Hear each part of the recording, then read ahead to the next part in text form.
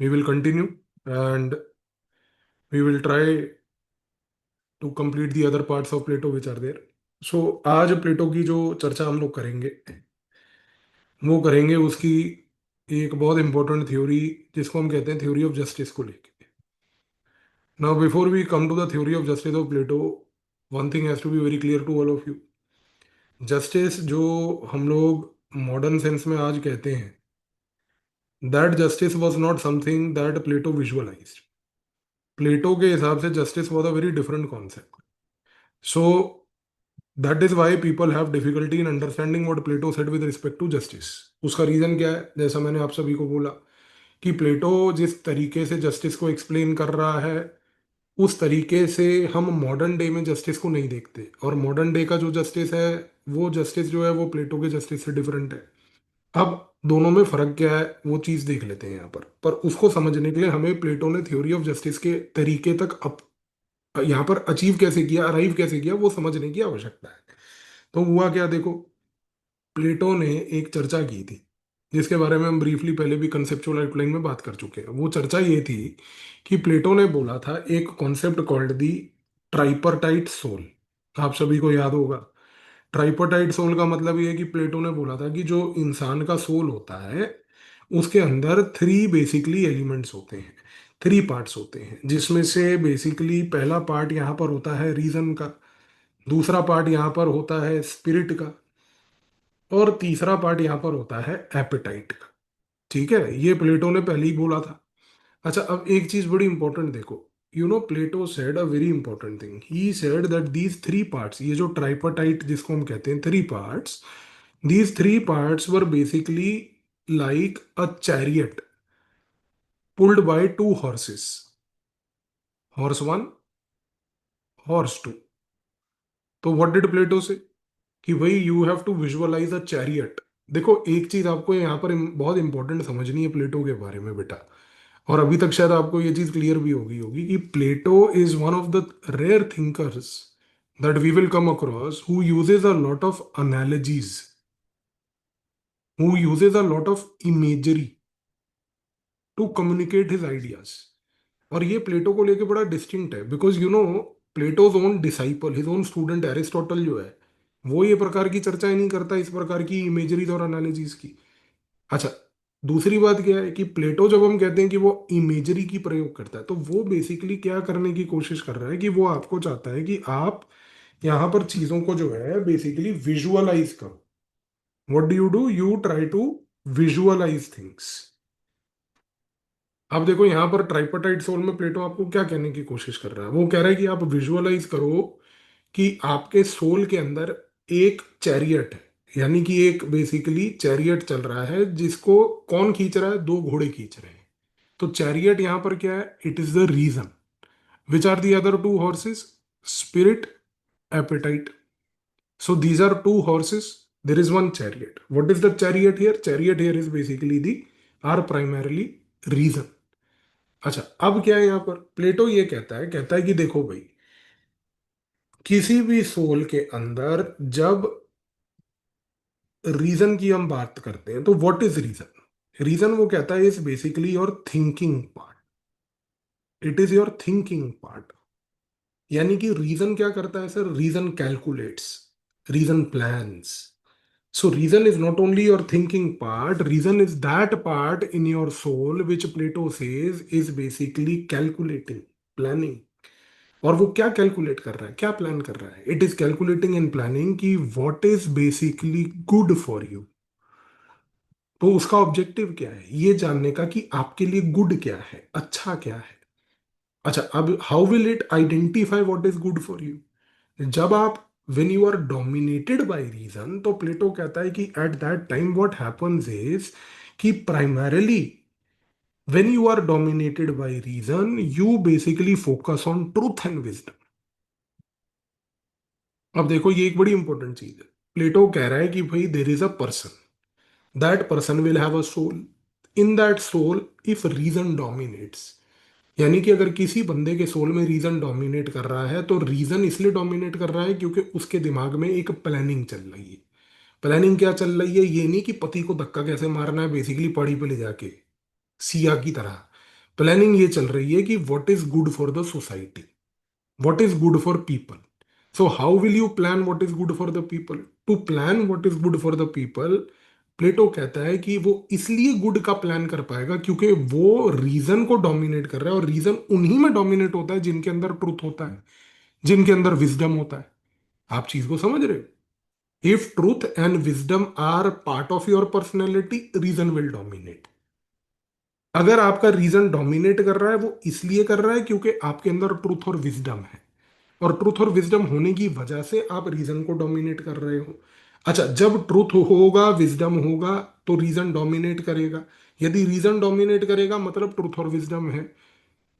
अगर ये तीनों चीजें अलाइंड हैं, तो आपका सारा सिंगुलर फोकस रहेगा सिर्फ इस चीज को लेके कि what is good for you, what is good. ये चीज पहली बात। अब दूसरी चीज देखो, प्लेटो कहता है कि भाई रीजन आज की डेट में, और खास करके जब हम बात करते हैं रीजन के साथ साथ यहां पर ट्रुथ और विजडम की, ये केवल मात्र उन्हीं लोगों में पॉसिबल है जो लोग आज की डेट में फॉर्म्स को देख पाते हैं। और हमने क्या बोला था बेटा, फॉर्म्स क्या है? इटरनल थिंग्स हैं, जिनको हर व्यक्ति नहीं देख सकता। कुछ स्पेशलाइज्ड लोग जिनके पास राइट थॉट प्रोसेस है, केवल वो देख सकते हैं। तो you are gradually trying to understand a very important thing बेटा, कि प्लेटो आपको ये पॉइंट बोल रहा है कि भाई ट्रुथ और विजडम अगर होगा तो रीजन होगा, रीजन होगा तो ट्रुथ और विजडम होगा। ये होगा इसलिए होगा क्योंकि आप फॉर्म्स देख पाते हो। फॉर्म्स देख पाते हो का मतलब क्या है? कि आपके अंदर कुछ इटरनल पिक्चरिंग होती है, इटरनल विजुअलाइजेशन होता है। इटरनल विजुअलाइजेशन होना सब में पॉसिबल नहीं है। Eternal visualization can happen in only those people who can see forms. Who are the people who can see forms? Who focus on truth and wisdom. Who are people who focus on truth and wisdom? On whom reason dominates. तो पूरी chain है। Eventually आप देखना क्या होगा, कि प्लेटो बोलेगा थोड़े टाइम बाद कि भाई ये जो ट्रुथ, ये जो विजडम, ये जो रीजन, ये जो फॉर्म्स, ये जो इटरनल विजुअलाइजेशन, ये फॉर्मूला देख रहे हो आप? Truth plus wisdom plus reason plus forms plus EV eternal visualization, ये किस में पॉसिबल होगी? मात्र एक व्यक्ति में, फिलोसोफर में। और ये फिलोसोफर इवेंचुअली क्या बनेगा? किंग बनेगा। अच्छा, फिर प्लेटो आगे जाके थोड़े टाइम बाद पता है क्या बोलेगा? वो कहेगा कि भाई इतनी मेहनत करने के बाद, कि truth, wisdom, reason, form, eternal visualization करने के बाद, फिलोसोफर बनने के बाद आदमी किंग बनने में इंटरेस्टेड ही नहीं है। इसी रीजन से यहां पर एक स्टेटमेंट देता है प्लेटो अपनी किताब रिपब्लिक में, जिसके बारे में हम चर्चा करेंगे आगे जाकर, बुक 7 में। वो ये बात बोलता है कि philosophers must become kings, but philosophers are reluctant to become kings. Point समझ आया आपको? कि philosophers must become kings, why they must become kings? क्योंकि भाई ये सारा खेल उन्होंने खेल लिया। पर प्लेटो खुद ये बात मानता है कि philosophers are reluctant to become kings. ये आइडिया समझ आया? और जिसको ये आइडिया समझ आया उसको एक बात बताऊं, यही साले यूपीएससी का क्वेश्चन था। अब आप सोचो, ये पप्पू टाइप के क्वेश्चन देते हैं ये। जिसके दिमाग में ये चेन की क्लैरिटी है ना बेटा, वो किसी प्रकार से कोई दिक्कत नहीं पाएगा। इसीलिए मैंने आपको क्या बोला बच्चे, कंसेप्चुअल थिंकिंग पे फोकस करो, चीज को समझो, अपने शब्दों में लिखो। Because when you clearly establish this chain, person with truth, wisdom, person with forms is a person in whom reason dominates. Reason dominates means eternal visualization possible, means person is philosopher. Person who is philosopher is equal to likely to become king, because Plato says philosophers must become kings. But eventually, Plato will also say that when a person becomes a philosopher after so much of effort, he is reluctant to become a king. तो हमारी understanding हमें यहाँ तक लेके आती है अभी तक। तो ये हमने बात करी सिर्फ रीजन के एलिमेंट की। अब आते हैं बाकी एलिमेंट्स पे। तो प्लेटो कहता है कि सोल के अंदर रीजन जो है, इसके सिवाय जो है एक और चीज होती है जी। क्या होती है? प्लेटो कहता है कि यहाँ पे होता है जी स्पिरिट। स्पिरिट का मतलब बच्चे एक सिंपल लैंग्वेज में होता है आपके अंदर का एक इमोशनल पार्ट।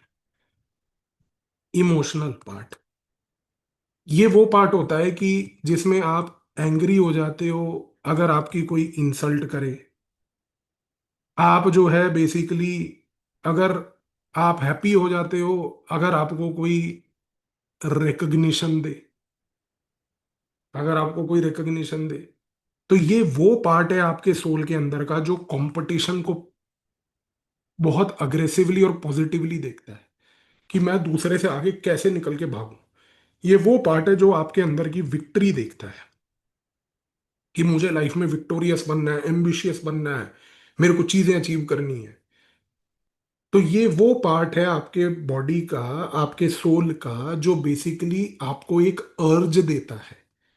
लेकिन अर्ज देता है बेटा, ये याद रखना, स्पिरिट मटीरियल प्लेजर्स का, नॉलेज का नहीं, मटीरियल प्लेजर्स का।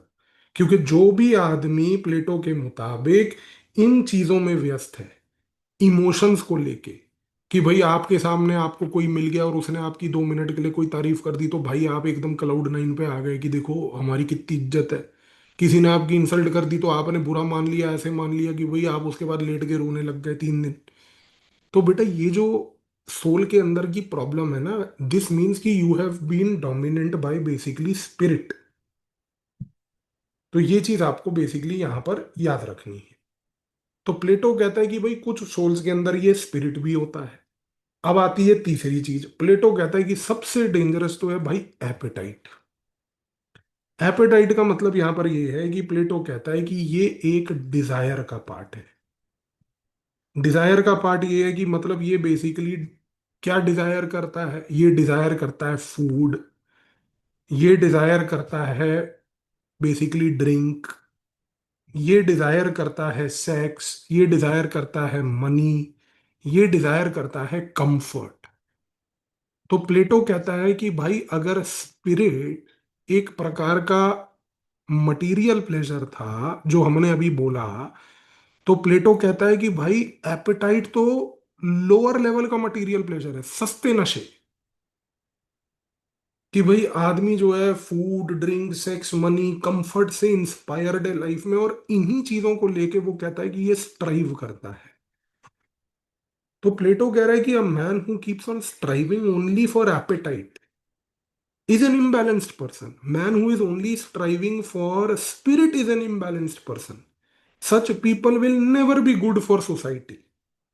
Because only a man who basically strives for reason will be a man who will be good for the society. क्योंकि ये रीजन वाला व्यक्ति ना, ये मटेरियल प्लेजर से उठ जाता है। क्योंकि उसके केस में अब दिमाग में ये मटेरियल प्लेजर नहीं चल रहे सर, उसके दिमाग में अब चल रहा है कि मैं ट्रुथ को कैसे सोचूं, सच्चाई के पास कैसे जाऊं, मैं विजडम को कैसे प्राप्त करूं, ज्ञान को कैसे प्राप्त करूं, नॉलेज को कैसे प्राप्त करूं। तो प्लेटो यहां पर यह कहता है कि भैया ऐसा है, जब रीजन बेसिकली अगर आपके लाइफ का एक कोर ड्राइवर होगा, तो उसका मतलब ये है कि सर आपने स्पिरिट और एपेटाइट पे एक कंट्रोल पा लिया है। प्लेटो देखो क्या बोल रहा है बच्चे, कि अगर आपके अंदर रीजन डोमिनेट करेगा, का मतलब सिर्फ ये नहीं है कि रीजन डोमिनेट इसलिए कर रहा है क्योंकि आपके पास ट्रुथ है, विजडम है, पावर टू सी फॉर्म्स है, आपके पास इटर्नल विजुअलाइजेशन है। इनफैक्ट रीजन का एक और मीनिंग ये है कि other than truth wisdom forms eternal visualisation, कि you have completely controlled spirit and appetite, you have been in a position to control these urges. इसीलिए हमने क्या बोला बच्चे, कि एपेटाइट सबसे लोअर लेवल का मटेरियल प्लेजर, स्पिरिट एक लेवल ऊपर, लेकिन इन दोनों से ऊपर है रीजन। तो रीजन सिर्फ एक लिमिटेड पॉपुलेशन के लिए ही पॉसिबल है, ये प्लेटो पहली बात तो बोलता है। इसी रीजन से आप देखो कि प्लेटो ये बात कहता है कि जिस व्यक्ति में रीजन डोमिनेट करेगा सर, उस व्यक्ति में एक अर्ज होगा टू कंट्रोल हिमसेल्फ। अब देखो ये क्यों इंपॉर्टेंट है बच्चे, ये इसलिए इंपॉर्टेंट है क्योंकि अगर कोई व्यक्ति रीजन डोमिनेट कर रहा है, उसमें कंट्रोल है, और हमने अभी बात करी कि रीजन डोमिनेट किस में होगा, एक फिलोसोफर में। अब आप ध्यान दो, अगर एक फिलोसोफर में रीजन डोमिनेट करेगा, तो फिलोसोफर कौन व्यक्ति है जिसके अंदर कंट्रोल है। कंट्रोल किस चीज का है, रीजन का डोमिनेंस होते हुए स्पिरिट और एपिटाइट का कंट्रोल है। और अगर स्पिरिट और एपिटाइट का कंट्रोल है, मतलब उसको ये मटेरियल प्लेजर्स इन्फ्लुएंस नहीं करेंगे। और अगर उसको मटेरियल प्लेजर्स इन्फ्लुएंस नहीं करेंगे तो वो क्या बोलेगा, मुझे क्रेडिट नहीं चाहिए। तो वो क्या करेगा, वो व्यक्ति ये बात बोलेगा कि भैया ये जो फिलोसोफर है, क्योंकि उसमें कंट्रोल करने की क्षमता है, तो he is going to be non corrupt. वो करप्शन नहीं करेगा। वो करप्शन नहीं करेगा सर, क्योंकि करप्शन क्या है, एक एपेटाइट है। भ्रष्टाचारी क्या है, एक एपेटाइट है। अब देखो ये कितना इंपॉर्टेंट इंसाइट है, कल को आप इसको गवर्नेंस में यूज करो, पॉलिटी में यूज करो, कहीं पर भी एसए में यूज करो, कि when you are writing an answer और essay or somewhere where you are mentioning about corruption, see the beauty that you can use Plato as an illustration there. कि for Plato, why a philosopher will be a person who will be a non-corrupt person is not because only reason dominates, but because Plato says that a person who's a philosopher is non-corrupt because he has controlled the spirit and appetite. He's a higher level human being. Higher level human being. तो Plato यहां पर ये कहने की कोशिश कर रहा है कि भाई उसमें करप्शन की एबिलिटी नहीं होगी। अब आप दूसरी नजरिए से सोच के देखो, अगर आज की डेट में आपको अगर करप्शन को लेके कुछ बोलना है, आपके कॉम्पिटिटर बात करेंगे करप्शन को लेके ये बातें कि करप्शन को टैकल करने के लिए ये लॉ बना दो, वो इंस्टीट्यूशन बना दो, लेकिन आप as a political science student ये अगर बोलोगे कि the best way to prevent corruption is to basically control the spirit appetite in the soul and drive the soul towards reason. See the difference in the thought process and the answer, बेटा। See the difference. मैं एक ऐसा teacher हूं, आपको पता है, मैं हमेशा ये पॉइंट एम्फसाइज करता हूं कि political science optional has no relevance with the GS. And I never say this कि just take political science optional because वो जीएस में हेल्प करेगा, नो। पॉलिटिकल साइंस ऑप्शनल का अपना डेप्थ है जो जीएस से कोई नाता नहीं रखता।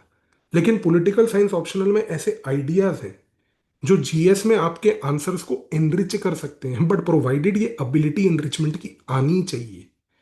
अब आप करप्शन के केस में ये पॉइंट हमेशा याद रखना। इसीलिए मैंने आपको पहली क्लास में क्या बोला था, एक डायरी अलग से मेंटेन करो जिसमें ये सारे एग्जांपल्स को अच्छे से लिखो, रिवाइज करके डेली एप्लीकेशंस को विजुअलाइज करो, सोचो। सिर्फ मियरली नोट्स रीडिंग नहीं करनी बेटा। तो ये चीज समझ आई आपको कि किस तरीके से हम यहाँ पर बात कर रहे हैं विद रिस्पेक्ट टू प्लेटो, और ये कह रहे हैं कि भैया करप्शन इसलिए नहीं करेगा फिलोसोफर किंग क्योंकि उसमें रीजन डोमिनेट करता है और उसने स्पिरिट और एपेटाइट पे एब्सोल्यूट कंट्रोल प्राप्त कर लिया है। अब आप इसको अगर मान लो एक मोमेंट के लिए मैं बोलूं, बुद्धिस्ट एथिक्स से जोड़ो, तो बुद्धिस्ट एथिक्स क्या सिखाती हैं हमें, जब हम एथिक्स पढ़ेंगे हम देखेंगे एथिक्स में कि एक बुद्धिस्ट एथिक्स का सबसे इंपॉर्टेंट प्रिंसिपल है रिस्ट्रेंट। और जब बुद्धिस्ट एथिक्स रिस्ट्रेंट सिखाती हैं तो सर बुद्धिस्ट एथिक्स में रिस्ट्रेंट और प्लेटो का control over spirit and appetite, are they not similar? If they are similar then can you not use Plato even in ethics? तो ये चीजें सीखनी है बच्चे। तो यहां पर इस नजरिए से जब आप चीजों को देखोगे तो आपको समझ आएगा कि क्या फर्क है। अब प्लेटो ने एक चीज तो ये बात स्पष्ट कर दी कि सर एक सोल के अंदर जो है वो थ्री पार्ट्स होते हैं। इसी तरीके से प्लेटो अब ये कहता है कि एक स्टेट के अंदर थ्री क्लासेस होती हैं। Three parts of the soul तो क्लियर हो गए ना भाई सबको। अब हम आगे बढ़ रहे हैं और कह रहे हैं कि स्टेट के अंदर होती हैं थ्री क्लासेस। प्लेटो कह रहा है कि थ्री क्लासेस को समझने की कोशिश करो।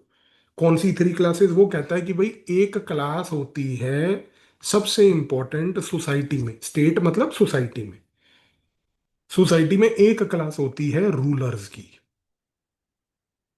ये होते हैं बेसिकली फिलोसफर किंग्स अपने। एक क्लास होती है यहां पर बेसिकली ऑक्सिलरीज की। प्लेटो यूज करता है वर्ड ऑक्सिलरीज। ऑक्सिलरीज क्या होते हैं बेटा? ऑक्सिलरीज हमारे यहां पर होते हैं प्राइमरली जो फाइटर क्लास होती है, फाइटर क्लास होती है। और तीसरा यहां पर होते हैं सोसाइटी के अंदर प्रोड्यूसर्स। ये कौन होते हैं बेटा? ये वो होते हैं जो वर्क करते हैं, सर्विस प्रोवाइड करते हैं, सर्विस प्रोवाइडर्स होते हैं।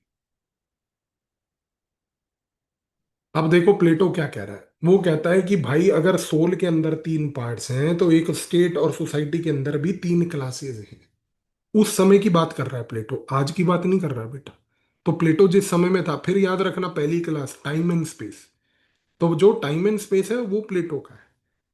तो प्लेटो ये कह रहा है कि भैया सोसाइटी में तीन क्लासेस हैं। अब वो तीन क्लासेस कौन सी हैं? वो कहता है रूलर्स, फिलोसफर, किंग। प्लेटो कहता है ये कौन है? जिनके अंदर रीजन डोमिनेट करता है।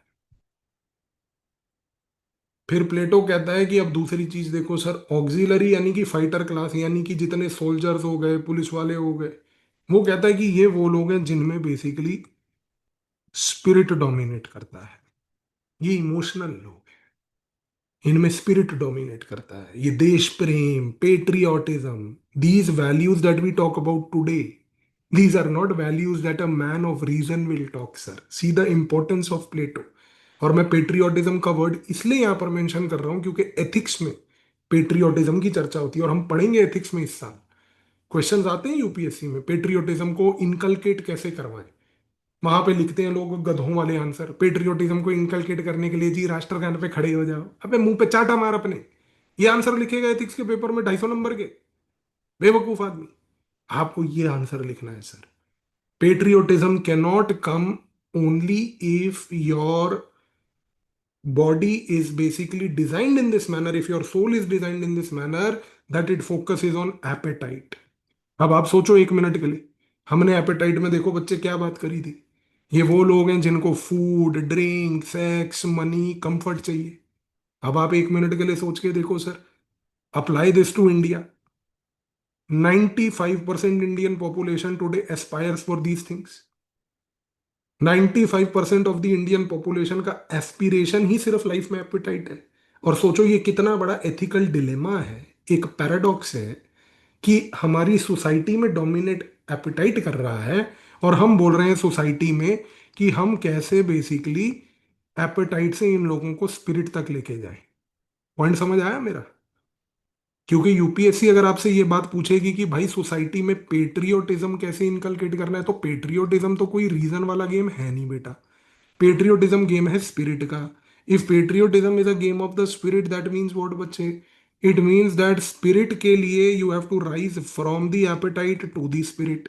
Now imagine you writing an answer like this in ethics, that patriotism, according to the Platonic conception, is at the spirit level game.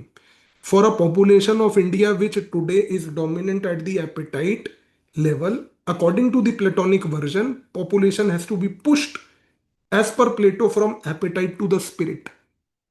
This is how you inculcate patriotism in India. Now imagine अगर आप ये प्रकार का answer ethics में लिखते हो, तो आपको यहां पर एग्जामिनर क्या एक नंबर फालतू नहीं देगा सर? बिल्कुल दे। क्योंकि आपने पूरे उस पेपर में एक ऐसी फ्रेशनेस दी जो दूसरे को पता ही नहीं है। तो ये सोच डेवलप करो बेटा। अब देखो, प्लेटो ने यहां पर ये बोला कि भाई ऑक्सिलरी फाइटर क्लास में वो लोग होते हैं जिनमें स्पिरिट डोमिनेट करता है, इमोशनल लोग हैं। हम देश के लिए मर जाएंगे, मर, हम देश के लिए जो है हम जान दे देंगे, दे दे, हम देश के लिए ये करेंगे। आज की डेट में आप इंस्टाग्राम पे देखते हो ना सर, 99% लोग ऐसी बातें करते हैं। ये सारे स्पिरिट वाले हैं, रीजन वाले नहीं है। और इसके बाद आते हैं नेक्स्ट कैटेगरी के, जिसको प्लेटो ने कहा प्रोड्यूसर्स। ये काम करते हैं सारी जिंदगी, जो हमेशा मैं आपको बोलता हूँ, मंडे टू फ्राइडे कॉर्पोरेट घिसाई, सैटरडे बैठ के 63 रुपए की किंगफिशर विद मूंगफली दांतों में फंसा के, और संडे को बीवी बच्चों के साथ अगर घूमना है तो घूमो सवेरे, और शाम को एक्स्ट्रा मैरिटल के साथ घूमो। ये हमारी सोसाइटी के अंदर प्रोड्यूसर वर्ग है, जिसमें एपिटाइट डोमिनेट करता है। तो सर अब आप एक मिनट के लिए सोचो, आप लोग अभी मेंटरशिप में बहुत सारे बच्चे इंडियन सोसाइटी पढ़ रहे हैं, एक्स और वाई दोनों ग्रुप्स में। आप सोच के देखो एक मिनट के लिए, मैंने आपको सोसाइटी के लिए कितना इंपॉर्टेंट एक इंसाइट प्रोवाइड किया है यहाँ पे। अगर आपने विजुअलाइज किया हो कि हमारी पूरी सोसाइटी अभी कहाँ पर है सर? एपिटाइट लेवल पर है। सोसाइटी का एस्पिरेशनल स्टेटस रीजन है। और रीजन ऐसा नहीं है कि सर इंडिया में एलियन है।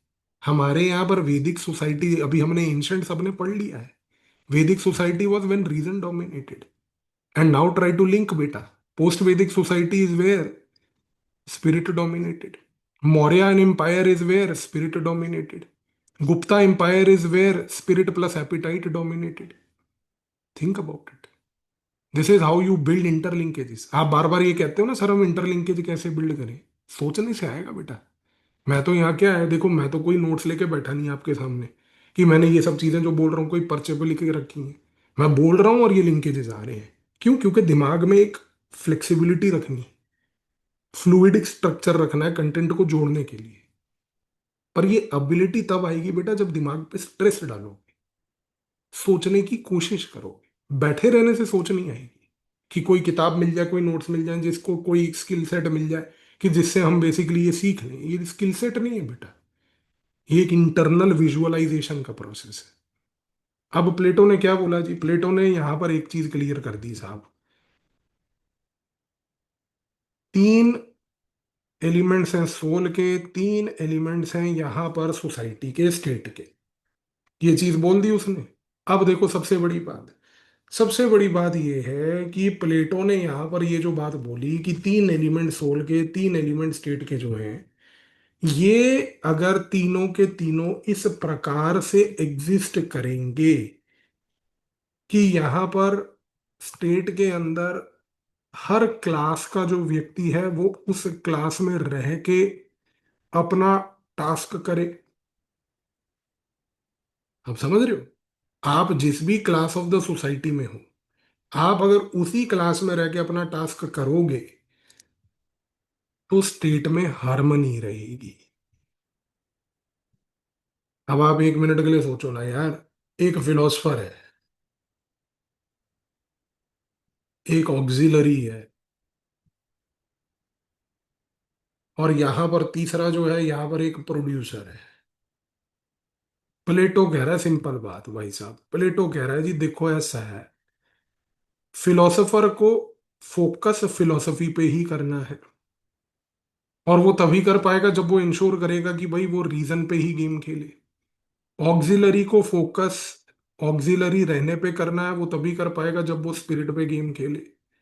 प्रोड्यूसर फोकस जो है तभी कर पाएगा जब प्रोड्यूसर जो है यहाँ पर एपिटाइट पे गेम खेले। प्लेटो कहता है कि भाई अगर ये तीनों अपने अपने एरियाज पे फोकस करेंगे तो स्टेट में हार्मनी होगी। और ये जो हार्मनी होगी, क्योंकि सब अपना अपना काम अपने डिफाइंड तरीके से कर रहे हैं, अगर वो करेंगे तो प्लेटो कहता है कि this is exactly what I call justice. तो क्या है भाई प्लेटो की थ्योरी ऑफ जस्टिस? प्लेटो की थ्योरी ऑफ जस्टिस यही है सर, हार्मनी। एक शब्द में, harmony of what? Harmony of doing a task as per your soul, as per what your soul is dominant in. यानी कि अगर आप मान लीजिए sir food sex money comfort से खुशी प्राप्त करते हैं, और अगर आपके सोल में ये एक डोमिनेंट ट्रेट है, इतिहास गवाह है बेटा इस बात का कि कोई भी व्यक्ति इस पर्टिकुलर ट्रेट से फिर कभी बाहर नहीं आ पाता। इसीलिए आप देखो सर, जो व्यक्ति, जो लोग मटेरियल प्लेजर्स को प्राप्त करते हैं ना लाइफ में सर, वो जीवन भर मटेरियलिज्म में ही इनग्रोस्ड रहते हैं। वो कभी भी रीजन की ओर नहीं बढ़ पाते। और जो लोग रीजन की ओर बढ़ते हैं ना बेटा, वो रीजन की ओर बढ़ने वाले लोग कभी भी मटेरियल प्रेशर से खुश नहीं होते। ये चीज आपको समझ आ रही है जो मैं बोल रहा हूँ बेटा? ये बहुत इंपॉर्टेंट चीज है। तो प्लेटो यहां पर कहने की कोशिश ये कर रहा है कि भाई आपने अगर अपने सोल के अंदर एक स्पेसिफिक ट्रेट को डोमिनेंट बना लिया तो अब आप उसी ट्रेट के ऊपर स्टक रहो। और अब हमारे एक सवाल उठता है जो हम करेंगे मे बी कल, कि अगर आपने अपने अंदर एक स्पेसिफिक ट्रेट को डोमिनेंट बना लिया तो क्वेश्चन ये उठता है कि ये कैसे होगा? ये कैसे होगा? हम कैसे डिसाइड करें कि हमारे सोल के अंदर डोमिनेंट क्या होगा? आपके दिमाग में ये क्वेश्चन आया कि how will we take a call, कि what part of my soul will focus on what? तो प्लेटो यहां पर ये कहता है कि भाई ये डिपेंड करेगा एजुकेशन से। इसको हम पढ़ेंगे कल थ्योरी ऑफ एजुकेशन में। प्लेटो कहता है कि सर एक ऐसा इलेबोरेट मैकेनिज्म ऑफ एजुकेशन बनाओ कि कौन सा व्यक्ति उस एजुकेशन को कितने लेवल तक कर पाता है, उससे डिसाइड होगा कि उसके सोल में डोमिनेंट क्या है। सिंपल सी बात है ना। स्टेट के अंदर एजुकेशन प्रोवाइड करो। अच्छा, अब कल हम बात करेंगे इस चीज की दोबारा, बट आज मैं आपको बता रहा हूँ just because we are mentioning this. Plato कहता है कि हम एजुकेशन प्रोवाइड करेंगे सोसाइटी में, education will be provided to everybody. जो लोग एजुकेशन को प्राप्त करेंगे वो एजुकेशन को प्राप्त करके ये देखेंगे कि वो कौन से लेवल तक जा पाते हैं, which level they are able to cross, and whichever level people are able to reach or cross, based on that we will become clear that this is the element that dominates in their soul। इस context में ये assessment करना गलत नहीं है sir कि Plato is the first person to talk about universalisation of education. हम ये वर्ड यूनिवर्सलाइजेशन को थोड़ा सा कॉशियसली यूज करते हैं, ये कह के कि नियर यूनिवर्सलाइजेशन। मैं आपको नियर वर्ड का रीजन इसलिए बता रहा हूं because Plato was not in favour of any form of education for the slaves. But एक मोमेंट के लिए अगर वो स्लेव्स का एलिमेंट जो सोसाइटी में उस समय था अगर उसको हम हटा भी दें, for the rest of the people who are citizen of the state Plato was very clear कि एजुकेशन तो सबको होनी चाहिए। अब आप सोचो कि अब आप एजुकेशन का आंसर लिख रहे हो सोशल जस्टिस में, जीएस मेंस पेपर 2 गवर्नेंस के नीचे वाला पोर्शन, वहां पर आप लिख रहे हो एजुकेशन में सर्व शिक्षा अभियान, बेटी बचाओ बेटी पढ़ाओ। यहां पर बात हो रही है बेटा near universalization of education as per the Platonic view. ये डिफरेंस है आपके आंसर में और दूसरे कॉम्पिटिटर के आंसर में। और आप सोचो कि जब आप एस्से लिख रहे हो एजुकेशन पे तब आप ये बात कर रहे हो कि sir thousands of years ago this idea of universalization of education was first proposed by Plato। तो ये कल चर्चा होगी, डिबेट डिटेल में करेंगे इसको। तो भाई प्लेटो की थ्योरी ऑफ जस्टिस क्या है भाई? प्लेटो की theory of justice simple language में बच्चे ये है कि एक सोसाइटी में जब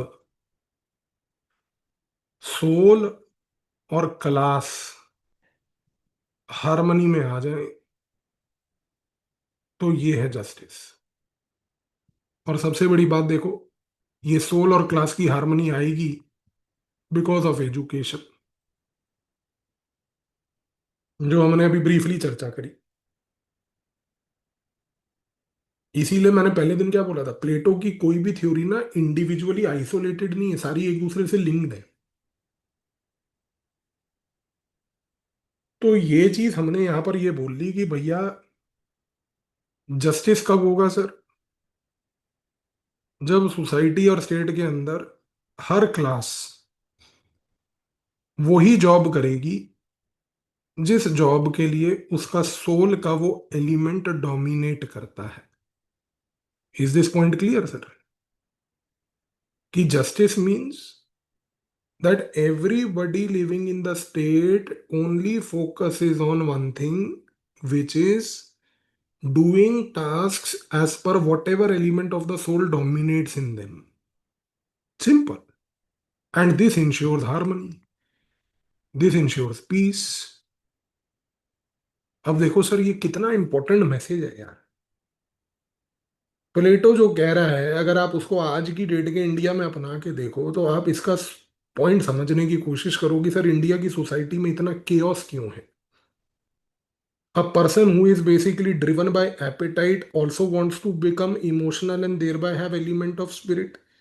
A person who is already dominant with spirit, a little bit of emotion, wants to have a little bit access to some ability of wisdom also। So nobody, as per Plato, in Indian society today is doing their job as per the element of the soul that dominates them। यहाँ पर India में ये एक specific category के लोग बहुत स्पष्ट करते हैं जिनको हम कहते हैं बनिया क्लास। बनिया क्लियर है भाई, कुछ नहीं, कोई किताब नहीं पढ़नी सर, कुछ नहीं, डल्ले पे बैठना, नोट गिनने, धूप लगा के बढ़िया यूं यूं यूं यूं बस।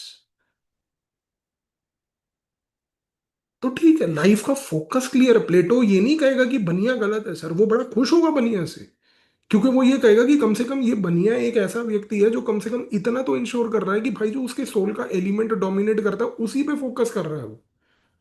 आप समझ रहे हो मेरे पॉइंट को? So he will never be critical of them. He will be, in fact, the happiest person to see the Banyas in India, because at least they are doing what element of soul dominates in them, which is appetite. Even if it is a materialistic pleasure thing, Plato will not criticize it because, as he said, there are many people in the society who will only live on appetite and they are producers. So he is fine। उसको वो negative sense में नहीं ले रहा है sir. Point समझ आया आपको सर? पर प्रॉब्लम तब आती है ना सर कि जब एक बनिया ब्राह्मण बनने की कोशिश करता है जी, मैं स्कॉलर बनूंगा, तू रहने दे चाचा। वहां पर भी तू रिसर्च करेगा जो है कोई ना कोई, मतलब नोटों को लेके। फोकस कर नोट कमाने पे, बैठ डल्ले पे बढ़िया जलेबी बेच, क्या करना है। तोंद निकाली एकदम मोटी वाली, लाला जी की जैसे जनरली होती है। तो ये चीज को समझो सर। अब प्लेटो ने कहा कि सर अगर जस्टिस ये होगा तो इनजस्टिस कब होगा सर? जब ये क्लासेस एक दूसरे के साथ इंटरफेयर करेंगी। जब ये क्लासेस इंटरफेयर करेंगी सर। और इंटरफेयर करने का मतलब क्या है सर? इंटरफेयर करने का मतलब ये है कि सर जब वर्कर जो है वो रूलर बनना चाहेगा, यहां पर जो बेसिकली फाइटर है वो बेसिकली वर्कर बनना चाहेगा, यहां पर जो फिलोसफर है वो या तो फाइटर और या फिर किसी प्रकार का वर्कर बनना चाहेगा। इम्बैलेंस हो गया ना सर सिस्टम में। क्यों? अब कोई व्यक्ति वर्कर है, वो रूलर बनना चाहेगा सर, आप कहोगे कि सर ये तो एस्पिरेशन है, ये तो अलाउ करनी चाहिए, भाई ठीक है। मैं आपके उस पॉइंट से असहमत नहीं हूं, मैं कह रहा हूं प्लेटो नहीं मानता इस बात।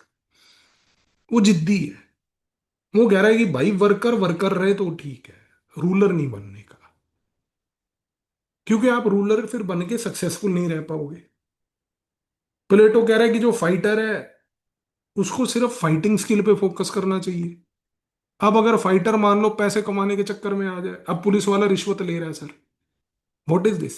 अब आप देखो, ये मैं इसलिए पॉइंट बोल रहा हूँ बेटा बिकॉज एथिक्स में केस स्टडी यही आएगी आपको, कि there is an administrative officer, that administrative officer is basically trying to do corruption, take money for the purpose of comfort.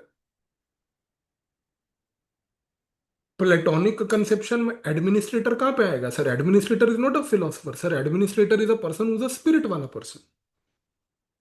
And a person who's nominated as an administrator, as a spirit wala person, if he falls down to the category of appetite, then there is chaos. आप point को समझ रहे हो मेरे? Sir पूरा का पूरा ethics का सिलेबस जो है ना, मैं आपको बताऊं, ऐसा सिलेबस है जो हर एक थिंकर के मुताबिक हम पढ़ सकते हैं। Ethics through Plato, ethics through Aristotle, ethics through ये। बट हमें वो करना नहीं है सर। हमें एथिक्स उतना ही पढ़ना है कि जिससे 250 में से हमारे जो है 130 नंबर आ जाए। हमें एथिक्स का मास्टर नहीं बनना सर, पेपर निकालना है। पर ये फर्क समझो सर। प्लेटो कहता है कि सर इनजस्टिस तब होगा कि जब वो फिलोसफर है। अब तूने यार इतनी मेहनत मशक्कत करके फिलोसफी पढ़ ली, लेकिन फिलोसफी पढ़ने के बाद, फिलोसफर बनने के बाद चंद रुपयों के लिए अब तू बिक गया। आप समझ रहे हो इस चीज को? अब देखो, जैसे फॉर एग्जाम्पल एक बंदा, आपने नाम सुना हो, उसकी किताबें भी आप लोगों के घर में एटलीस्ट रखी जरूर होंगी, पढ़ी कभी नहीं होंगी, रामचंद्र गुहा। रामचंद्र गुहा एक ऐसा व्यक्ति है जिसको प्लेटो कहेगा कि वो फिलोसफर है। इतनी मेहनत करी सर, नेहरू मेमोरियल लाइब्रेरी में जाके ओरिजिनल रिकॉर्ड्स पढ़े, सब कुछ पढ़ के उसने इतनी बढ़िया किताब लिखी है, सबको पता है। एक नहीं, उसकी बहुत सारी किताबें हैं। But the point is what sir, चंद रुपयों के लिए वो आदमी बिक जाए, सोचो। So philosopher trying to become a worker, यानी कि sir reason was there, but control over the reason was not there. It was so weak that he fell down to the level of appetite. ये sign है chaos का, disorder का। तो प्लेटो के मुताबिक sir society में डिसऑर्डर कब होगा? जब इनजस्टिस होगी। और इनजस्टिस कब होगी सर? जब लोग अपने क्लास और अपने सोल के अंदर एक इम्बैलेंस लाएंगे। कितना इंपॉर्टेंट इंसाइट है सर ये, कि लोग जो है अपने सोल और क्लास के अंदर एक इम्बैलेंस लाएंगे। कितनी बड़ी चीज बोली सर, देखो यहाँ पर प्लेटो भाई ने हमारे। और कितनी महत्वपूर्ण चीज बोली उसने, ये चीज को समझने के लिए भी आप देखो कितना दिमाग चाहिए इस पॉइंट को यहाँ पर प्रोसेस करने के लिए। जो कि प्लेटो ने जो बोला वो इतना आसान नहीं है समझना सर। तो ये चीज आपको समझ आई यहाँ पर सर। लेकिन अब देखो, कलेश असली चालू अब होता है सर। क्यों? क्योंकि आ गया सबसे पहले कौन? कालू। काल पॉपर क्या कह रहा है देखो, आते सार चालू हो गया। वो कहता है कि भैया ये जो क्लास स्ट्रक्चर है, पहली बात तो ये टोटलिटेरियन है। टोटलिटेरियन है। क्यों है? क्योंकि इसने एक सिंपल सी बात ये बोली, वो कहता है कि देखो, जब आप ये कहोगे प्लेटो के मुताबिक कि भाई एक स्टेट के अंदर, एक सोसाइटी के अंदर हर आदमी को सिर्फ अपने एक स्पेसिफिक टास्क को ही करना है, उस टास्क से वो कभी डिविएट नहीं करेगा, यानी कि आप एक स्ट्रिक्ट ऑर्डर इन्फोर्स कर रहे हैं, और ये ऑर्डर जो है ये टॉप डाउन है, ये बाय नेचुरल एबिलिटी नहीं है। आदमी के अंदर नेचुरल एबिलिटी कुछ भी हो सकती है। What Karl Popper is saying is not wrong sir, कि you are suppressing natural ability of the people, trying to create a strict order in the society, कि भाई if you are a philosopher remain a philosopher, if you are basically a worker you remain a worker. So what Karl Popper is trying to say is that this creates totalitarianism. Why it creates totalitarianism is because he says कि भाई this is where basically what happens is कि you are preventing free expression. देखो, Karl popper के बारे में हमने कई बार चर्चा कर ली अभी तक। आपको एक पॉइंट अगर क्लिक नहीं किया एंड आई एम श्योर नहीं किया, वो ये है कि the biggest problem with Karl Popper is, और ये क्वेश्चन आएगा कभी यूपीएससी में, मे बी 2-3 साल डाउन द लाइन, या मे बी अगले साल, या तो कि the biggest problem with Karl Popper is that when he criticises Plato, ध्यान से सुनो, एक मिनट, सब कागज वागज रख दो, पेन रख दो, एक मिनट मेरा पॉइंट सुनो पहले ध्यान से, फिर लिख लेना उसको। I give you 1 minute to write, तब तक मैं पानी पी लूंगा। कार्ल पॉपर ने क्या बोला सर? ही सेज कि भाई you are preventing expression, free expression, totalitarian etcetera.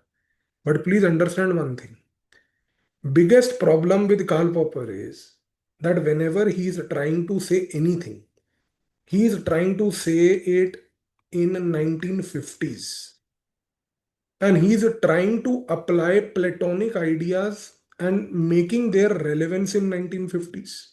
Did you understand what I said? प्लेटो ये कहने की कोशिश कर रहा है कि भाई मेरे टाइम पे ऐसा होता था। कार्ल पॉपर ये अज्यूम कर रहा है कि नहीं, प्लेटो ने जो अपने टाइम पे बोला बोला भाई, लेकिन प्लेटो जो है वो इतना यूनिवर्सल है कि मतलब 1950s में भी प्लेटो का आइडिया अगर हम अप्लाई करें तो वो अप्लाई हो रहा है या नहीं हो रहा है, is what Karl Popper is trying to understand. So biggest flaw of Karl Popper is that he is not respecting the principle of time and space. कल को अगर क्वेश्चन ये आ जाए ना सर कि what are the flaws in the thesis of Karl Popper in his critique of Plato, this is the biggest flaw sir, that Karl Popper does not accept the fact that Plato gave his theory in a different time and space. You are sitting in a different time and space. His ideas were given at that time, which were right at that time. His ideas may not be right today, but in fact, try to understand this point. एक minute फिर से सुनो मेरा point. Because Karl Popper is not trying to understand the fact that, सुनो ध्यान से जो बोल रहा हूं, because Karl Popper is not trying to understand the fact that Plato ने अपने टाइम एंड स्पेस पे एक बात बोली थी, वो उस पॉइंट को आज की डेट में सोचने की कोशिश कर रहा है कि वो ठीक है या नहीं है। और क्योंकि आज के टाइम पे it is not coming right, you are understanding that when Plato is saying something, he's saying in his own time and space. Karl Popper is trying to say something, he's trying to say in his own time and space of 1950s. So what is Karl Popper trying to do? Karl Popper is trying to say that Plato's idea of that time must be relevant today. It has to be relevant today because the time and space is such that it has to be relevant today. In fact, Karl Popper's refusal, ध्यान से सुनना, Karl Popper's refusal to accept कि Plato gave his own ideas in his own time and space actually make a Karl Popper an authoritarian. समझ आया मेरा point sir? Karl Popper himself is an authoritarian sir. ये question आएगा बेटा साल 2 साल बाद यूपीएससी में, मैं बोल रहा हूं, आपके कॉम्पिटिटर कहीं आसपास भी नहीं है इसको समझने के, क्योंकि कैपेबिलिटी नहीं है। कार्ल पॉपर सिर्फ ये जस्टिफाई करने की कोशिश कर रहा है कि यार मैं 1950 में बैठा हूं भाई साहब, 1950 में आज की डेट में प्लेटो का आइडिया क्यों रेलेवेंट नहीं है, क्योंकि आज की डेट के कंडीशन अलग है। ओ भाई ठीक है, पर तू ये भी तो देख कि उसने किस टाइम एंड स्पेस में बात की थी। उस आइडिया को तू आज की डेट में फोर्सेबली अप्लाई करने की कोशिश कर रहा है, तो भाई असली अथॉरिटेरियन तो तू है। तू ये चीज को रिस्पेक्ट ही नहीं कर पा रहा कि उसने उस टाइम एंड स्पेस में बात की थी। तू उस टाइम एंड स्पेस में एनालिसिस करना प्लेटो का। जैसे बाकी थिंकर्स जो स्कॉलर्स का हम प्रयोग कर रहे हैं वो क्या कर रहे हैं sir, the other scholars are trying to always analyse Plato's theory. Are you understanding the point? I give you an example. ये देखो यहाँ पे, यहाँ पर जूलिया आनस की अगर हम बात करें तो जूलिया आनस देखो क्या बोलती है। जूलिया आनस ये कहती है कि भाई देखो आज की डेट में Plato through his theory of justice harmony is only trying to say one thing which is identify introspect what matters to you और व्हाट गिव्स यू हैप्पीनेस। अब आप दो चीजों में फर्क देखो बच्चे, यही सारा गेम है, यही सारा गेम है। जूलिया अनस ये कह रही है भाई साहब कि देखो प्लेटो की थ्योरी ऑफ जस्टिस और उसकी थ्योरी ऑफ हार्मनी में इतना मत जाओ, लार्जर पिक्चर देखो। प्लेटो क्या कहने की कोशिश कर रही है? प्लेटो ये कहने की कोशिश कर रही है कि भाई साहब आप इंट्रोस्पेक्ट करके देखो कि आपको किस चीज से खुशी मिलती है, फिलोसफी से, इमोशन से, फूड ड्रिंक सेक्स कंफर्ट से। प्लेटो जूलियानस कहती है कि भाई साहब इंट्रोस्पेक्टिव थिंकर है, इंट्रोस्पेक्टिव थिंकर है। Now compare analysis of Julia Annas with that of this fellow called Karl Popper. Julia Annas is trying to analyze Plato's theory. Karl Popper is trying to say why is Plato's theory 3000 year ago is not relevant in 1950 today. फर्क समझ आया दोनों का? इसीलिए मैंने आपको कहा Julia Anas यहां पर ये नहीं कर रही है और कुछ सर, वो सिर्फ ये कहने की कोशिश कर रही है कि भैया प्लेटो की थ्योरी के ऊपर चर्चा करो, उसकी प्रेजेंट डे एप्लीकेशन को फोर्सेबली अपने फ्रेमवर्क में फिट मत करो। कार्ल पॉपर कह रहा है कि नहीं मेरा एक फ्रेमवर्क है, मेरे फ्रेमवर्क में प्लेटो क्यों नहीं बैठ रहा, नहीं बैठेगा मैं तमाशा करूंगा। Karl Popper to some extent is more like Rahul Gandhi. मेरे अपने नशे हैं जी जीवन के। अमित शाह स्टेटमेंट दे, अमित शाह स्टेटमेंट दे, अमित शाह ने कहा मैं स्टेटमेंट देने आ रहा हूं, मैं स्टेटमेंट नहीं सुनूंगा। तू पागल तो नहीं है? तो किस बात के लिए इतना फिर तूने 20 दिन जो है नोटंकी करी? काल पॉपर कभी नहीं भूलना अब। तो ये चीज यहां पर समझोगी सर, फर्क सारा इस गेम में, पहली बात तो ये है। लेकिन सर प्लेटो यहां नहीं रुकता। अब देखो प्लेटो क्या कहता है। प्लेटो ये कहता है आपको अगर स्टेट समझना है ना, तो स्टेट को समझने के लिए आपको एक काम करना पड़ेगा। स्टेट को समझने के लिए आप स्टेट को भी समझो और इसके साथ साथ आप स्टेट के अंदर रहने वाले इंडिविजुअल्स को भी समझो। प्लेटो कहता है कि अगर आपको स्टेट को समझना है तो स्टेट के अंदर कौन रहता है, लोग रहते हैं। तो स्टेट को समझना है तो स्टेट को समझने के लिए स्टेट को तो समझो ही समझो सर, पर उससे ज्यादा इंपॉर्टेंट इज इंडिविजुअल्स को समझो। क्यों? क्योंकि वो कहता है कि अगर एक स्टेट के अंदर आपने किसी इंडिविजुअल को देखा, उस इंडिविजुअल को देखने के बाद आपने ये चीज ऑब्जर्व करी कि भाई क्या वो हार्मनी से काम कर रहा है, यानी कि क्या वो अपने उसी सोल के एलिमेंट से काम कर रहा है या नहीं कर रहा है, तो आपको एक चीज समझ आएगी कि सर इंडिविजुअल अगर अपना टास्क ठीक तरीके से कर रहा है तो इंडिविजुअल ठीक है, और अगर इंडिविजुअल ठीक है तो स्टेट भी ठीक है। Are you understanding my point sir? I repeat it once more, listen to it carefully. Plato says कि देखो sir, in order to understand the state, look at what constitutes the state. Who are the people who constitute the state? Normal individuals. To look at the health of the state, look at the health of the individuals. यार हिंदी में एक कहावत है ना, जैसा राजा वैसी प्रजा। प्लेटो यही कह रहा है कि राजा को मत देखो, प्रजा को देखो। प्रजा means the people, the population. Any country will have a population, see what is that population, see whether those individuals are living in harmony or no. If individuals are living in harmony, state is in harmony. If an individual is not living in harmony, state is not in harmony. ये point clear हो गया सबको? और प्लेटो ने यही चीज को यहां पर एक्सप्रेस किया ये कह के, state is individual written at large. State is what? Individual written at large, यानी कि हर स्टेट के अंदर इंडिविजुअल्स हैं।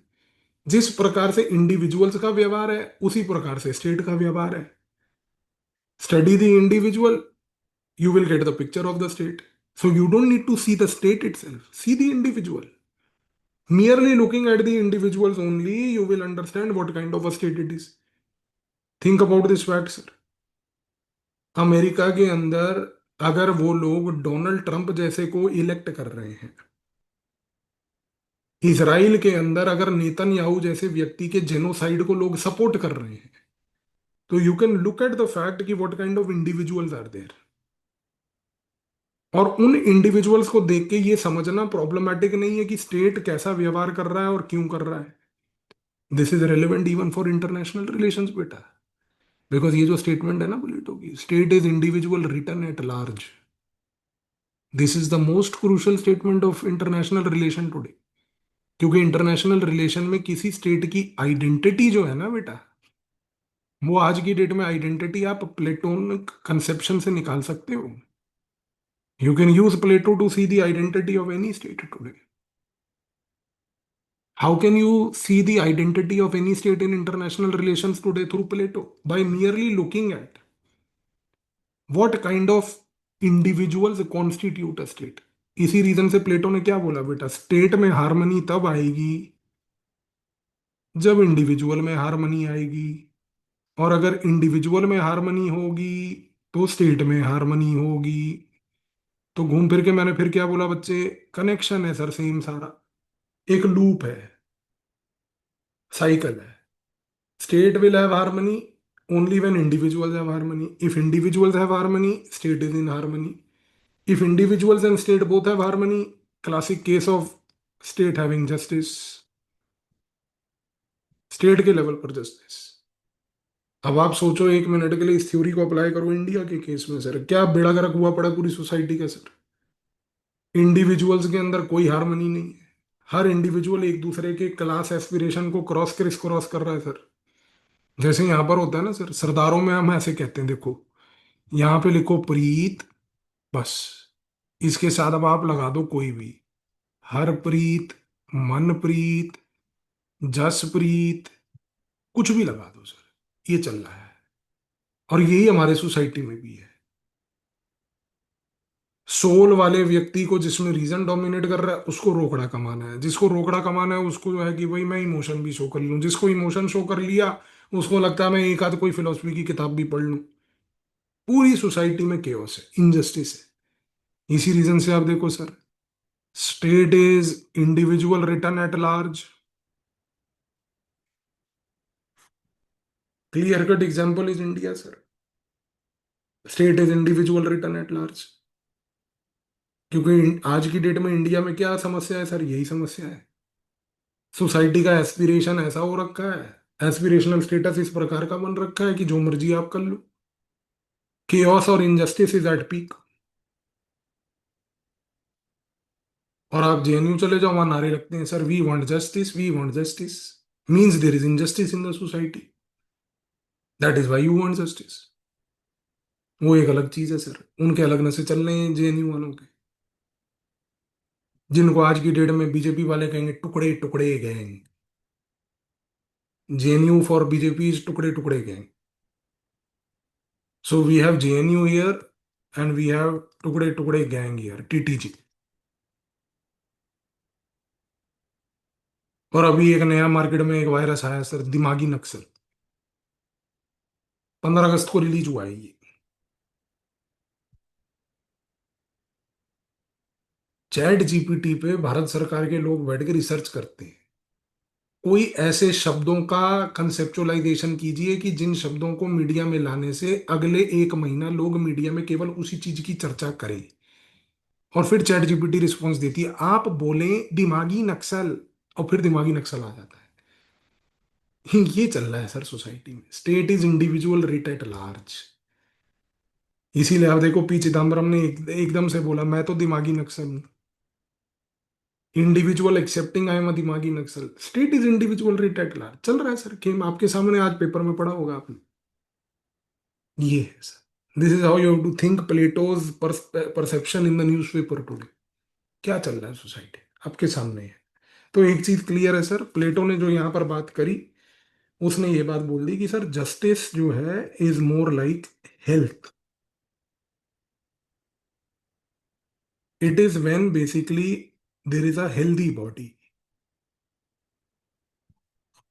अब रात को खा लिया आपने मटन बिरयानी, उसके बाद आपने खा लिया एक शाही टुकड़ा, फिर आपने लगा ली दो डाइट कोक, और जाके घर पे लेट के सो गए सर, एसिडिटी होगी होगी बेटा 2 बजे रात को।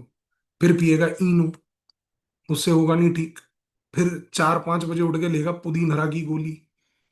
फिर 7 बजे लगेंगे तेरे को मोशन, क्योंकि ये सब बाहर भी तो आएगा सर। तो प्लेटो सेज कि sir justice is like health. If your body is fine, if you eat healthy food, it keeps all the systems in your body functioning effectively. Just like health, which is in an individual, a society is also healthy when all people in the society only do as per the education, whatever element of the soul dominates. तो यहां पर Plato is using the health as an analogy. ये चीज clear हुई sir. And in this context, injustice is basically what? Disease. Injustice क्या है भाई? Disease, बीमारी है। तो ये चीज क्लियर हो गई सर। इसीलिए मैंने आपको बच्चे बोला था कि जस्टिस जो है ना प्लेटो के हिसाब से, इट इज नॉट कोई किसी प्रकार के rules, it's not any kind of obligation जो मॉडर्न जस्टिस में हम देखते हैं। क्योंकि जस्टिस मॉडर्न टाइम में क्या है? Rules, obligations. हमें ये करना है, हमें ऐसा करना है, टाइम एंड स्पेस। और ये मैं पॉइंट इसलिए बोल रहा हूं बेटा क्योंकि justice, rules, obligation is what John Rawls will talk about, Plato doesn't talk about. And मैं आपको ऐसा तैयार कराऊंगा कि जब आप जॉन रॉल्स लिख रहे होगे, आप कंपैरिजन में प्लेटो लिखोगे, आपका कोई कॉम्पिटिटर नहीं लिख पाएगा। क्योंकि we'll compare the Rawlsian theory of justice with the Platonic theory of justice, and we'll see कि John Rawls and his time and space is different, so he talked about rules and obligations, because John Rawls जब तक आया 1970s में sir, तब तक rule of law का concept dominate कर चुका था।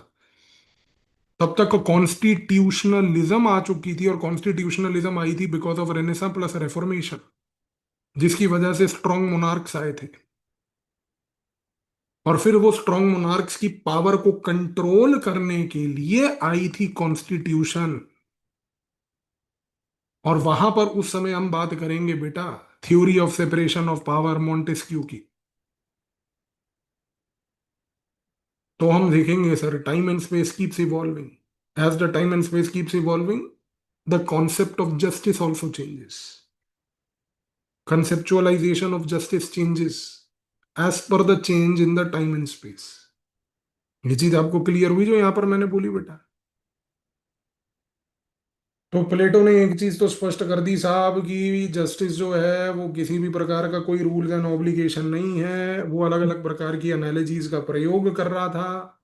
और इन अलग अलग प्रकार की एनालॉजीज का प्रयोग करके प्लेटो ने अब इवेंचुअली हमारी डिस्कशन को लाकर छोड़ दिया इस मुकाम पर कि वो कहता है कि सोसाइटी के अंदर 4 कार्डिनल वैल्यूज होती हैं। कौन सी 4 कार्डिनल वैल्यूज होती हैं जी? वो होती हैं wisdom, courage, moderation, justice. Wisdom किसके पास होगा? फिलोसफर किंग के पास। करेज किसके पास होगा? ऑक्सिलरी के पास। करेज होगा तभी तो वो लड़ाई करेगा। मॉडरेशन किसमें होगी कि चलो आज ड्रिंक ले लेता हूँ, आज बर्गर खा लेता हूँ, आज पिज्जा खा लेता हूँ, आज सेक्स हो जाए, आज कुछ कंफर्ट हो जाए, 2 दिन सोता रहता हूँ, कल सुबह 11 बजे सो के उठूंगा, आज उठूंगा ही नहीं।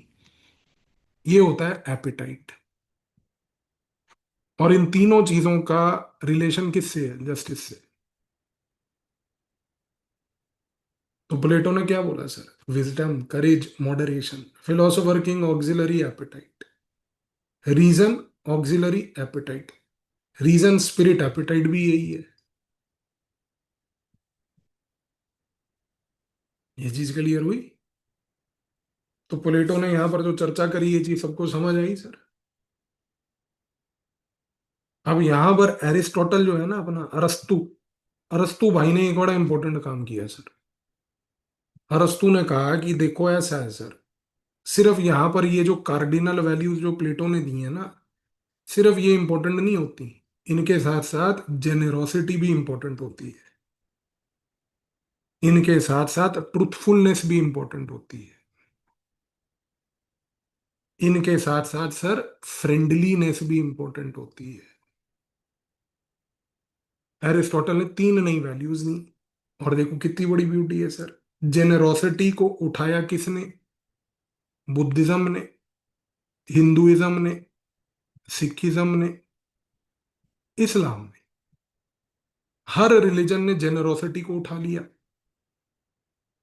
ट्रूथफुलनेस किसने उठाया? गांधी ने। तो गांधी और एरिस्टोटल के बीच में क्या लिंक है sir? Gandhi is extended version of Aristotle, because Gandhi's entire theory was conceptualized on the concept of truthfulness. Satyagraha is truthfulness, civil disobedience is truthfulness, non cooperation is truthfulness। और जो मेंटरशिप वाई वाले हैं जिनको आज एक काम दिया था, अगर उन्होंने काम किया हो वो लिंक के बेसिस पे, तो वो इस पॉइंट को अप्रिशिएट करेंगे, क्योंकि 3 घंटे का समय मांगा था उनसे मैंने। मेंटरशिप वाई वालों की बात कर रहा हूँ, एक्स वालों को नहीं दिया वो। तो they will now appreciate this point, friendliness. Non alignment का कोर पॉइंट ही यही था sir. Friendliness with all, enmity with none. Non alignment में एरिस्टोटल, सोच के देखो, cardinal value given by Aristotle in non alignment. बेटा आपका कॉम्पिटिटर सोच ही नहीं सकता, लिखने की तो दूर की बात है, वो इस पॉइंट के आसपास ही नहीं आएगा। कैसे नहीं आएंगे? 300 नंबर से ऊपर सारे ऑप्शनल में, आप मुझे ये बताओ। सोच का गेम है sir, content is the king बेटा। और अब आप ये पॉइंट्स जो मैंने यहाँ पर आपको एक्सप्लेन करे, आप इनको कंपेयर कर लो जो 2026 में यूट्यूब पे वीडियोस डाले थे, एक भी पॉइंट नहीं है सर उसमें, जीरो। और लोगों को ये लगता है कि सर प्लेटो में कुछ चेंज नहीं होता। बेटा पूरा प्लेटो ही अलग है यहाँ पे, वो प्लेटो है ही नहीं जो मैंने यूट्यूब पे कराया था। और हो सकता है कि अगले साल आप लोग तो क्योंकि मेंस दे के निकल जाओगे, जो अगले साल के बच्चे होंगे उनके लिए ये सब कुछ अलग होगा। गेम यही है, सारा गेम यही है। It's all about reading and understanding and changing. तो ये चीज प्लेटो भाई ने बोली जो हमने यहाँ पर समझ ली बहुत क्लियर कट तरीके से सर। इस कॉन्टेक्स्ट में एक चीज क्लियर है, यहाँ पर एक व्यक्ति और है, बर्नार्ड विलियम्स अपना। बर्नार्ड विलियम्स जो अपना भाई है, बर्नार्ड विलियम्स भाई ये कहता है कि भाई ये जो प्लेटो ने जिस प्रकार के वर्च्यूज की चर्चा करी ना सर, ये वर्च्यूज की वजह से एक चीज क्लियर है कि प्लेटो का ना बहुत ज्यादा फोकस जो है, it was more on order in the society, in the name of harmony. And see this is not difficult for us to comprehend, because you know, मैंने आपको जब प्लेटो का पहला लेक्चर लिया था, आपको याद होगा मैंने आपको क्या बात बोली थी। प्लेटो की अपब्रिंगिंग याद करो सर। उसने डेमोक्रेसी को फेल होते हुए देखा, फिर उसने ओलिगार्की को आते हुए देखा, फिर ओलिगार्की को फेल होते हुए देखा, और फिर वापस से डेमोक्रेसी को आते हुए देखा। और फिर जब डेमोक्रेसी आई, उसने उसके ही टीचर सुकरात, सोक्रेटिस को जो है फांसी पे टांगते हुए देखा। तो प्लेटो का सारा फोकस क्या है सर? ऑर्डर, स्टेबिलिटी, ऑर्डर और स्टेबिलिटी। और पता है अब आपको एक बात बोलूं मैं सर, प्लेटो की ऑर्डर और स्टेबिलिटी जो है, ये पॉइंट को आगे जाकर हॉब्स, लॉक और रूसो, इन तीनों की थ्योरीज का कोर प्रेमाइस ही स्टेबिलिटी है। जिसने नहीं पढ़ा डोंट वरी, लेकिन जिसको हल्का सा भी हिंट है हॉब्स, लॉक और रूसो के बारे में, वो ये पॉइंट समझेगा जो मैं बोल रहा हूँ। पूरी हॉब्स, लॉक और रूसो की थ्योरी ही कंसेप्चुलाइज थी on the principle of stability. Brutish nature of the society यहां पर डिसाइड होगा sir. Plato's focus on order. मैंने आपको बोल दिया बच्चे, आपका कॉम्पिटिटर आस पास भी नहीं होगा आपके थॉट प्रोसेस के पॉलिटिकल साइंस 2027 में। Your competitor is not even an iota near by this quality of content that I am giving you. वो पप्पू कंटेंट पढ़ते रहेंगे बैठ के, पढ़ने दो, मरने दो, हमें क्या लेना देना। आप अपनी सोच देखो सर। आप हॉब्स लॉक रूसो लिख रहे होगे तो आप प्लेटो का मेंशन करोगे, और प्लेटो के मेंशन के टाइम पे बर्नार्ड विलियम्स मेंशन करोगे कि बर्नार्ड विलियम्स ने ये बात बोली। प्लेटो का सारा फोकस ही ऑर्डर पे था सर, सोसाइटी में। तो बोलो जी, जय माता दी। समझ आया ये चीज? बेटा लिखते रहो, न्यूज़पेपर में रोज जो इवेंट्स आ रहे हैं लिखते रहो। बिकॉज यही जो आपकी एनेक्डोट्स की डायरी बनेगी ना, वो आपको मैंने क्या बोला बेटा, सबसे ज्यादा हेल्प करेगी एक ही स्थान पर, which is your essay paper, which is your ethics paper. An essay plus ethics is equal to 250 plus 250 is equal to 500 marks. और आपका ऑप्शनल 500 मार्क्स। सारा गेम ही आपने 1000 नंबर पे खेलना है। मैं कहता हूँ भाई साहब, बाकी 750 नंबर जाए भाड़ में। बेर मिनिमम भी पढ़ के जाओगे ना, तो भी वो 750 में से आप जो है 210 ले लोगे। 70 नंबर लेके चल रहा हूँ मैं तीनों पेपर में। पर सारा गेम है ये 1000 नंबर का। 250 250 एथिक्स ऑप्शनल, ऐसे 500 500 करके इस तरीके से। So focus has to be better on thinking capability, thinking ability. Don't mechanically read things, as I have always told you. Focus more on building this capability to think, visualize, apply. इसी से interlinkage ability भी आएगी। क्योंकि कोई किताब, कोई class, कोई course आपको ये सिखाएगा नहीं इंटरलिंकिंग का। ये काम आपको खुद ही करना पड़ेगा sir. All I can do is I can try to provoke that in you by telling you this is how you ought to do it was. Rest at the end of the day, it's you who has to do it, not me. मेरे को थोड़ी exam लिखना है, मेरी तो उम्र निकल गई एग्जाम की, बुढ़ा हो गया, मरने की उम्र पे हूं मैं तो। एग्जाम तो आपको देना है सर। तो आराम से करो सर, वरी नहीं करना। समझ में आई जी ये चीज? क्लियर हुई जी ये सबको चीज? बेटा full syllabus you have to memorise, not only ethics syllabus. But trust me, by the time we do ethics in the month of November, December, you will be so well trained at that time that you will grasp ethics in a much better way than your normal aspirants who are there. जिस व्यक्ति का बेचारे का pol science optional ही नहीं है, सोचो उसको ethics को ग्रेस्प करने में दिक्कत नहीं आएगी। पर हाँ, जिसका पॉल साइंस ऑप्शनल है ना, वो एथिक्स को रिलेटिवली ग्रेस्प मच बेटर कर पाएगा। फर्क बस ये है। टेंशन मत लो, मैंने आपको पहले दिन बोला था सर। आपके 1000 number, 500 number pol science, 250 ethics, 250 इससे मेरे हाथ में है। इसमें मैक्सिमाइजेशन का गेम मैं खेल के दूंगा आपको 2027 में। आज जो किया उसको रिवाइज करो, अच्छे से कंसोलिडेट करो। कल मिलते हैं सेम टाइम 8:30, कंटिन्यू करेंगे। ठीक है जी, बाय, टेक केयर।